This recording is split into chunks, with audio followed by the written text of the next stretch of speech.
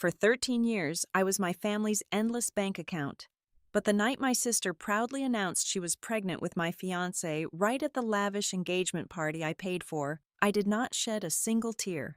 As a senior risk analyst, my brain responds to betrayal not with screaming, but with ruthless financial audits.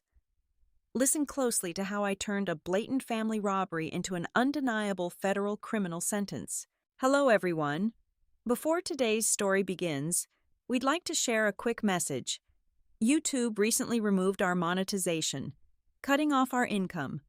If you enjoy this story, we humbly ask for just $1 to help pay our staff so they can make a living and keep creating for you. Thank you for saving us. Now, let's begin the story. My name is Ella Ward, and I am 34 years old. I stood in the center of a dazzling, cavernous banquet hall at one of the most exclusive resorts in Scottsdale, Arizona. Above me, massive crystal chandeliers cast a golden, suffocating glow over the room. Every single detail surrounding me screamed of immense wealth, and every single cent of it had been drained directly from my own bank accounts. The thousands of white orchids cascading from the ceiling, the vintage French champagne flowing freely into the crystal flutes of over 150 guests, the live string quartet playing softly in the corner. I had paid for absolutely all of it.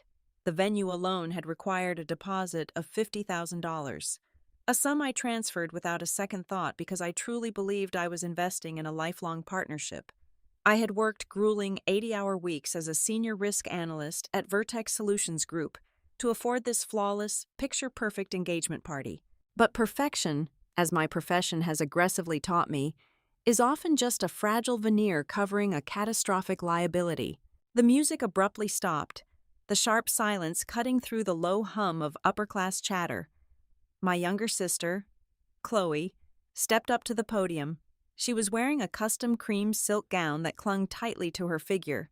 It was a dress I now recognized as a bespoke designer maternity piece that easily cost over $5,000. She grabbed the microphone, the feedback whining sharply through the state-of-the-art speakers. A heavy, expectant silence descended over the room. The guests turned their attention to her, holding their glasses, expecting a heartfelt, emotional toast to the bride-to-be. Instead, Chloe looked right at me, a sickly sweet, triumphant smile stretching across her face. "I have an announcement to make," she said, her voice echoing off the cold marble walls. "Liam and I are having a baby. I am exactly 4 months pregnant." A collective gasp ripped through the well-dressed crowd. Dozens of eyes darted frantically from Chloe to Liam, standing frozen near the imported mahogany bar, and then finally resting heavily on me, Liam, the man I was supposed to marry in exactly 6 months, stared at his polished shoes, his face pale and cowardly. He did not issue a single syllable of denial. In the midst of the escalating chaos and the horrifying, eager murmurs of our distinguished guests, my gaze instinctively shifted to the main VIP table. There sat our mother, Evelyn. There was no gasp of horror from her. She did not drop her champagne glass in shock. She did not look at Liam with a shred of disgust. Instead, Evelyn sat perfectly upright, her manicured hands gracefully folded in her lap, wearing a serene, deeply contented smile. She took a slow, deliberate sip of her wine, her eyes gleaming with satisfaction. The realization hit me with the icy, clinical precision of a corporate financial audit. She knew. She had known the entire time. Evelyn had always viewed me as nothing more than a highly efficient financial instrument. For my entire adult life, I was the designated plow, meant to clear a luxurious, effortless path for Chloe's vain, parasitic lifestyle. I dutifully paid Chloe's exorbitant credit card bills. I funded her string of failed startup ventures, and I bought her extravagant European vacations.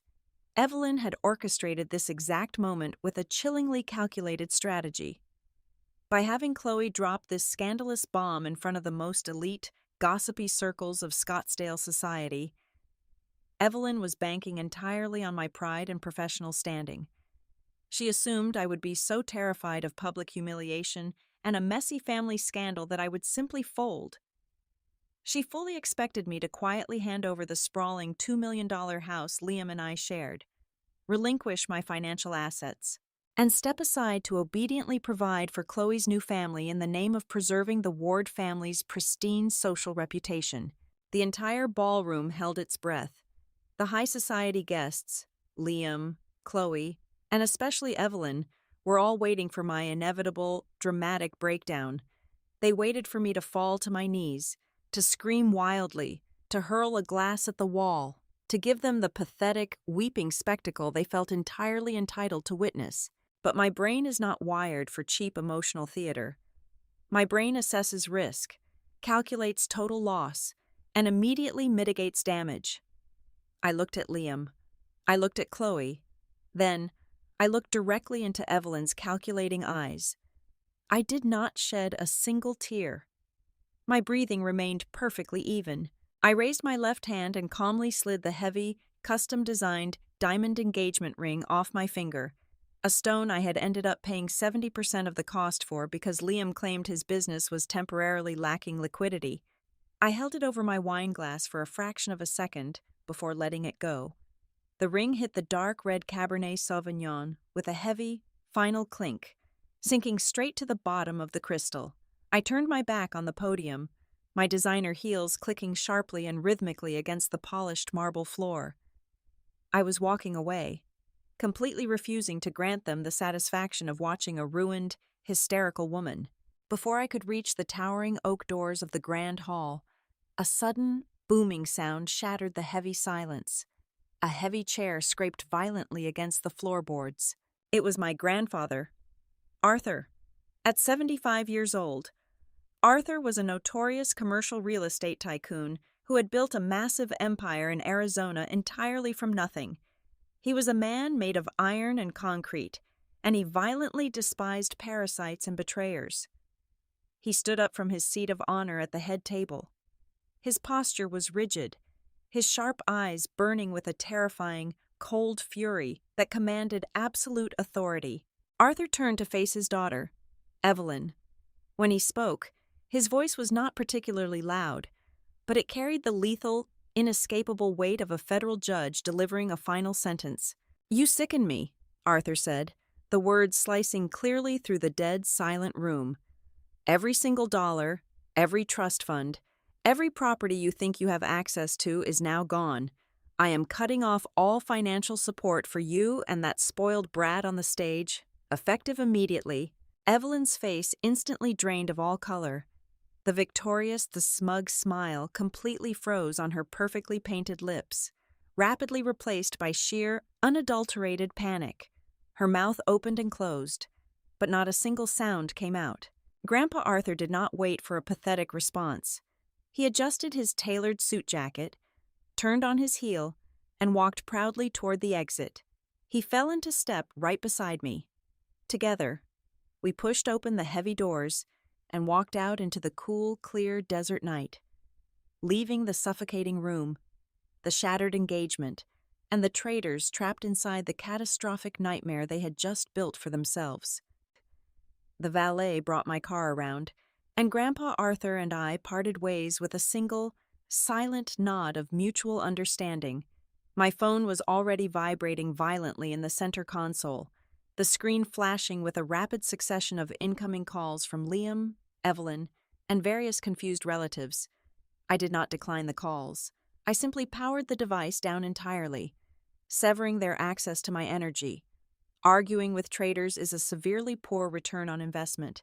I needed absolute isolation to process the worst crisis of my adult life, and I refused to waste a single ounce of cognitive processing power on their desperate, pathetic justifications. I drove in silence for 45 minutes, heading straight to an ultra-private, highly secured boutique hotel hidden in the foothills of the McDowell Mountains. I checked in, paid entirely in cash to avoid immediate tracking, and locked the heavy oak door of my suite behind me.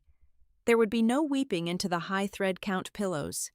I stripped off my stifling cocktail dress, put on a simple hotel bathrobe, and opened my encrypted corporate laptop.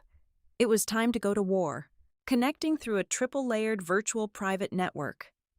I bypassed my personal accounts and went straight for the jugular. I accessed the master dashboard of the joint venture capital fund Liam and I had established together a year ago. We had pooled our resources to seed local technology startups. I was the primary financial backer.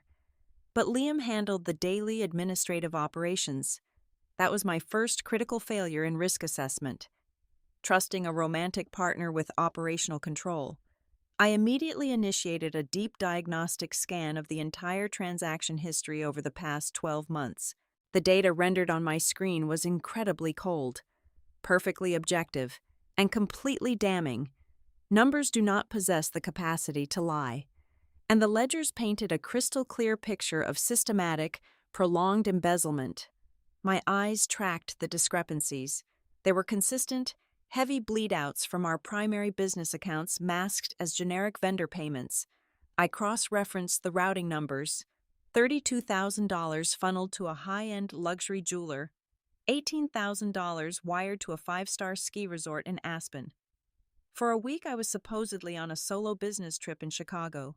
$12,000 spent on 2 first-class airline tickets to Paris.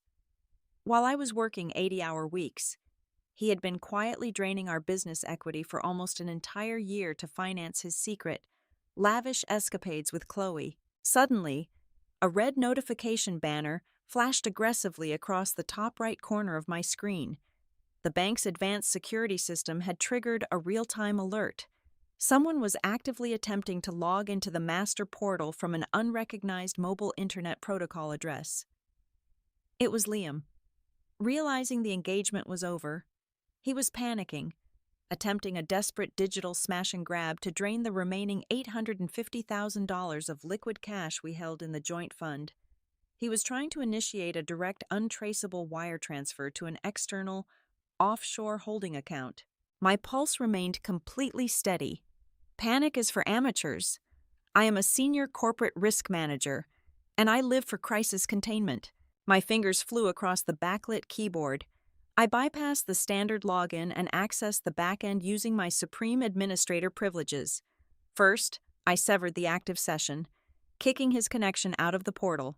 Then, I initiated a total system override.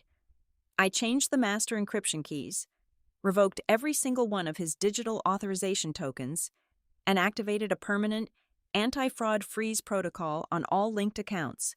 The entire operation took exactly 3 minutes. In 180 seconds, I had financially decapitated him. Liam was now staring at a permanently locked screen, unable to touch a single cent of that money. But the audit was not finished. A thorough investigation leaves no stone unturned. I opened my secondary secure email client and found an urgent, automated warning generated by a top-tier credit monitoring bureau just moments before the party had begun. A massive hard inquiry had been placed against my primary social security number and our joint corporate tax identification number. I downloaded the raw application files from the secure server. Liam was not just stealing our cash. He was attempting to secure a massive commercial loan totaling exactly $3 million. To satisfy the collateral requirements for the underwriter, he was trying to mortgage 100% of our joint company shares. I zoomed in on the final page of the digital document. There, sitting perfectly at the bottom of the guarantor agreement, was my electronic signature. It was an impeccably executed digital forgery. He had stolen my corporate identity to leverage everything I had ever built to cover a massive, unknown debt. I sat back in the ergonomic hotel chair, the soft blue light of the monitor reflecting in my eyes. The initial shock of the betrayal at the party was completely gone, replaced by a profound, razor-sharp clarity. Liam and my family thought they were playing a simple, emotional game of social manipulation.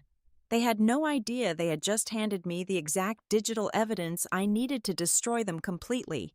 I woke up exactly at 6 a.m, feeling entirely rested and remarkably clear-headed. When I finally powered my phone back on, the screen instantly flooded with hundreds of notifications. True to her highly predictable, parasitic nature, Evelyn had not wasted a single minute. Sometime around 2 a.m, she had published a massive, sprawling essay across all her social media platforms. It was an absolute masterpiece of upper-class hypocrisy and emotional manipulation, accompanied by a heavily edited, black-and-white photograph of Chloe and Liam holding hands. Evelyn painted a nauseating narrative of star-crossed lovers. She described their grotesque betrayal as a fated, unavoidable romance that simply could not be denied by the rigid boundaries of a traditional engagement. More infuriatingly, she completely reframed my entire existence to justify their actions. According to Evelyn's digital sermon, I was a tragically cold, bloodless corporate machine who cared more about profit margins and climbing the executive ladder than nurturing a warm, loving household. She publicly forgave them on my behalf, urging our elite social circle to embrace the new baby with open, non-judgmental arms while loudly praying for my supposedly hardened, workaholic soul. Following her highly calculated post, my personal inbox became heavily congested with messages from dozens of hypocritical aunts, cousins, and wealthy country club acquaintances. They sent endless strings of fake sympathy, gently suggesting I take a long, quiet sabbatical to heal my broken heart, while subtly demanding I not make a public fuss that would ruin the upcoming charity gala season. I felt absolutely zero urge to defend myself in their pathetic court of public opinion. With a few swift, decisive motions, I completely deactivated all my social media profiles and permanently blocked the phone numbers of every single relative who had sent me a message. I did not need their fake pity, and I certainly did not have the time for their manufactured drama. I took a quick shower, dressed in a sharp, tailored navy blue power suit, and drove my car straight out of the hotel parking lot.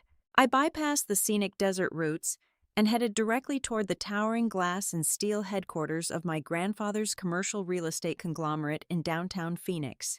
When I stepped out of the private executive elevator on the 40th floor, my grandfather Arthur was already waiting for me in the massive corner boardroom. Sitting right beside him was his formidable lead attorney, a ruthless man named Richard, who billed his time out at $2,000 an hour. Spread neatly across the polished mahogany table was a massive stack of heavily watermarked legal documents. Arthur did not offer any soft, comforting hugs or useless words of consolation. He simply slid a heavy gold fountain pen across the table toward me. He and Richard had spent the entire night drafting a flawless, airtight, irrevocable living trust. This was not a simple power of attorney. This precise legal contract officially transferred the absolute legal management and total operational control of his entire real estate empire, a sprawling portfolio easily valued at over $400 million, directly into my name. Arthur leaned back in his heavy leather chair, a dark, cynical laugh escaping his chest. "Do you know what your mother has been doing all morning?" he asked, his voice dripping with absolute disgust. "She has been calling every single high society real estate broker in Maricopa County. Evelyn is aggressively bragging to anyone who will listen that she is taking over my estate planning. She is actually telling people she plans to liquidate my prime commercial plots in the financial district to generate fast cash. She wants to buy a $10 million mega mansion in Paradise Valley to serve as a luxurious nest for Liam and Chloe. She is completely convinced my previous will guarantees her absolute financial dominance." The sheer scale of Evelyn's delusion was almost breathtaking. She honestly believed she had won the grand prize by sacrificing me on the altar of public humiliation. She thought her little social media stunt had secured her future. I picked up the heavy gold pen. I did not hesitate for a single second. I systematically signed my name on the dotted line of every single page, the dark ink binding the agreement into undeniable state and federal law. With each aggressive stroke of the pen, the outdated last will and testament that Evelyn had spent her entire adult life smugly banking on was completely obliterated. It was transformed instantly into a worthless stack of scrap paper. I gathered the finalized legal dossier and slid it securely into my leather briefcase. Holding that heavy-bound folder, I felt an incredible surge of pure, unadulterated power. I had just constructed an impenetrable financial fortress that no amount of fake tears or social media sympathy could ever breach. The defensive maneuvers were officially over. I was now fully armed, standing firmly on the highest ground and thoroughly prepared to launch a devastating, punishing strike aimed directly at the bottomless greed of the people who thought they could easily destroy me. I left the towering glass building of my grandfather's real estate conglomerate and drove straight to the regional headquarters of the primary investment bank that held our joint venture capital accounts. I did not bother waiting in the plush reception area. I walked directly past the administrative assistants and pushed open the heavy mahogany door to the office of the senior branch manager. His name was Marcus, and I had personally negotiated multi-million-dollar corporate portfolios with him for the past 4 years. He looked up, startled by my sudden intrusion, but the intensely cold expression on my face kept him completely silent. I dropped a thick, leather-bound portfolio onto the center of his pristine glass desk. Inside were the printed credit alerts, the raw digital application files, and a comprehensive breakdown of the catastrophic security breach I had uncovered in my hotel room. I demanded the immediate, permanent cancellation of the fraudulent commercial loan application Liam had submitted. Marcus adjusted his glasses and began reviewing the documents. I did not give him time to ask questions. I precisely detailed the exact methodology of the crime. I presented the heavily encrypted server logs I had extracted, proving beyond a shadow of a doubt that Liam had illicitly accessed my personal digital vault. He had stolen my social security number, my corporate tax identification data, and my private biometric login keys. I showed Marcus the exact timestamp where Liam had intentionally manipulated the bank's automated dual-factor verification system.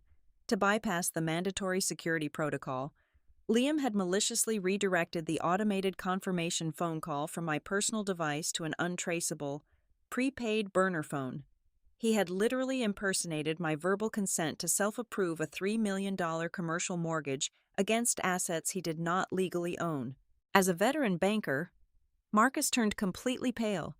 The sheer audacity of the federal wire fraud happening under his own institution's roof terrified him. He instantly recognized the massive legal liability the bank was now exposed to. Within exactly 60 seconds, he was frantically typing on his secure terminal. He executed a hard system override, instantly locking the pending application and initiating a Level 1 federal fraud embargo. The loan was completely dead, and Liam was now permanently flagged in the international banking database. But I was far from finished. I took the meticulously organized copies of the Internet Protocol addresses, the forged digital signatures, and the burner phone routing data, and I drove straight to the Financial Crimes Division of the Regional Police Precinct. I sat down with a seasoned lead detective and handed over a flawless, undeniable prosecution package. I officially filed felony criminal charges for identity theft, corporate embezzlement, and attempted bank fraud. The detective assured me that the evidence was so overwhelmingly concrete that an arrest warrant would be expedited through the district attorney's office within 48 hours. The steel jaws of the trap were now firmly set. While I was sitting in the sterile police precinct, my secondary encrypted email account notified me of an incoming message. It was from Evelyn. Unbelievably, she had attached a highly detailed, itemized invoice totaling $45,000. She was brazenly demanding that I immediately wire the funds to cover the entire cost of an extravagantly themed baby shower she was currently planning for Chloe.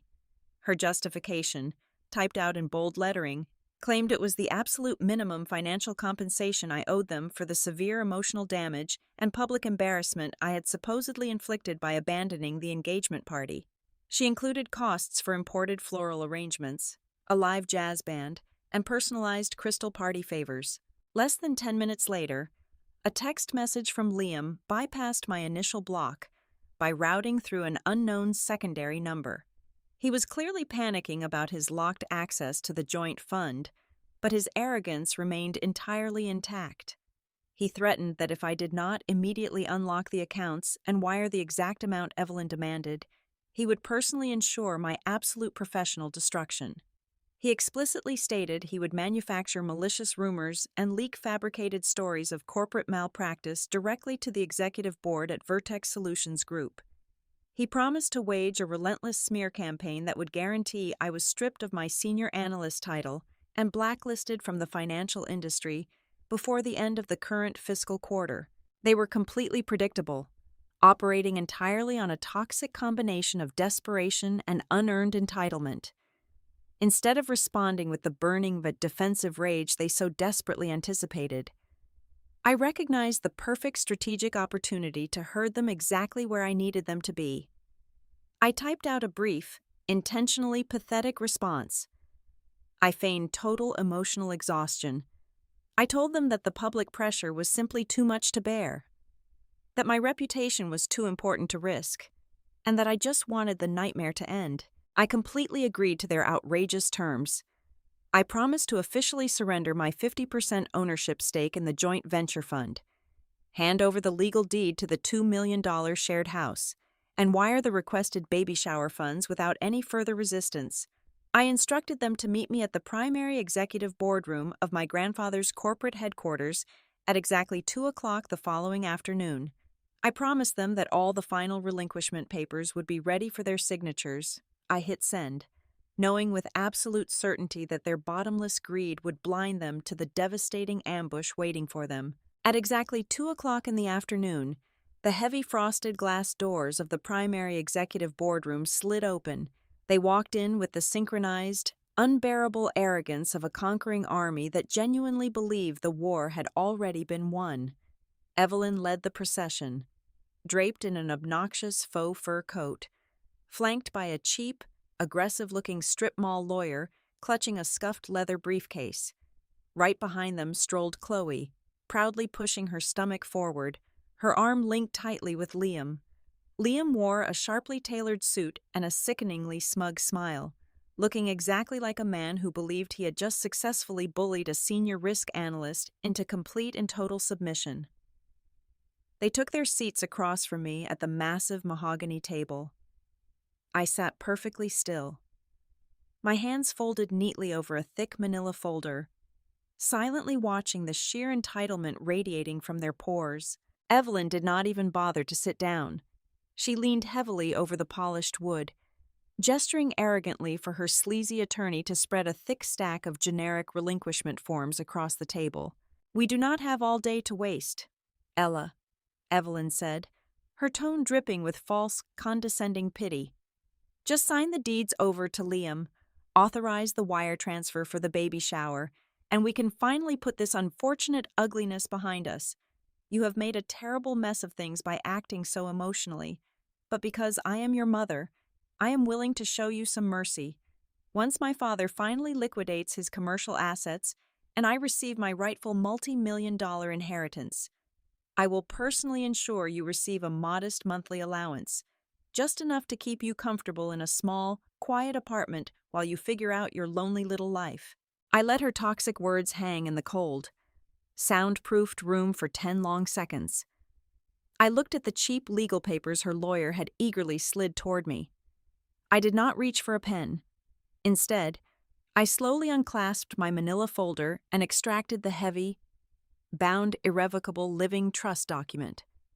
The brilliant red seal of the state government gleamed under the harsh fluorescent overhead lights. I slid it deliberately across the table, placing it right on top of her useless relinquishment forms. "There will be no allowance, Evelyn," I stated, my voice completely devoid of emotion. "And there will be no inheritance, ever." The sleazy attorney eagerly snatched up the document, clearly expecting a pathetic bluff. But as his eyes rapidly scanned the dense, impenetrable legal clauses, the authenticated signatures, and the absolute transfer of power, the arrogant smirk melted entirely off his face. All the color rapidly drained from his cheeks. "What is the absolute nonsense?" Evelyn snapped, looking sharply at her lawyer. "Stop reading and tell her to sign our papers right now." The attorney swallowed hard, his hands physically shaking. "Ma'am," he stammered, stepping back from the table as if the document had physically burned his fingers. "This is an ironclad, unassailable, irrevocable trust. Your father has officially and legally transferred every single square inch of his real estate empire, every corporate holding, and all liquid assets directly into Ella's name. She holds supreme executive power. She owns absolutely everything. You have been completely disinherited. You do not own a single inch of land to sell. This estate is locked behind a fortress of federal law, and if I attempt to challenge this, I will be disbarred for filing a frivolous lawsuit without waiting for her permission. The attorney hastily shoved his useless papers back into his briefcase, turned on his heel, and practically sprinted out of the boardroom, desperate to distance himself from the catastrophic legal liability of Evelyn's immense delusions. Evelyn collapsed heavily into her leather chair, her jaw dropping open in silent, paralyzed shock, but I was only just getting started. I turned my gaze slowly toward Liam, whose smug posture had instantly shattered into rigid terror. I reached into my folder a second time and tossed the thick, official police investigation report directly in front of him. The bold, black letters of the Financial Crimes Unit stamped across the cover seemed to scream loudly in the quiet room. "You truly believed you could outsmart a professional risk auditor," I said, leaning forward slightly. "Did you really think redirecting a bank authorization call to a prepaid burner phone would successfully conceal a $3 million federal wire fraud attempt? The bank locked all the joint accounts yesterday morning. The regional police detective already has your internet protocol address, your forged digital signatures, and the exact timestamps of your pathetic attempt to steal my corporate identity." Liam choked on his own breath. He looked frantically at the heavy glass doors, instantly realizing he was trapped. "Ella, please, you have to let us just talk about this," he begged, his voice cracking into a pathetic, high-pitched whine. "I only did it because I needed to secure a financial future for the baby. I panicked. I just wanted to buy a safe, beautiful house for Chloe." I let out a harsh, freezing laugh that echoed loudly off the glass walls. "A house?" I asked mockingly. "Do not dare use an unborn child as a human shield for your degenerate gambling addiction." I pulled the deep tracking data on the offshore holding accounts you tried to wire that stolen money into. I pulled out a final sheet of paper, a comprehensive audit trail of his hidden digital wallets, and slammed it down right next to the police report. "You were not trying to secure a future. You were trying to save your own knees from being violently shattered. You bought highly leveraged derivatives on an unregulated offshore exchange. When the margin calls hit, your positions were instantly liquidated. To chase those massive losses, you sought out unsecured loans from anonymous digital syndicates charging 40% interest per week. You lost over $2 million betting on fake digital currency over the past 6 months. You borrowed heavily from violent, unregulated online loan sharks to cover your massive losses. And the debt collectors are actively hunting you down right now. You were willing to completely destroy my company, steal my identity, and ruin my entire life just to pay off the dangerous criminals you willingly climbed into bed with." The entire room exploded. Chloe let out an ear-piercing, hysterical shriek. She lunged across the narrow space between their chairs, her manicured nails digging violently into Liam's expensive suit jacket. "You lied to me!" Chloe screamed, her face contorted in absolute ugly fury. "You told me you were a millionaire. You told me we were buying a $10 million mansion in Paradise Valley. You are completely broke and in debt to violent criminals." Liam tried frantically to push her away, shouting useless apologies, but she continued to strike his chest, sobbing wildly and cursing his name. To my left, Evelyn looked as though she had stopped breathing entirely. Her eyes were glazed over, staring blankly at the polished wood of the table. She began to mumble to herself, her voice a hollow, broken whisper. "The vendors," she repeated endlessly.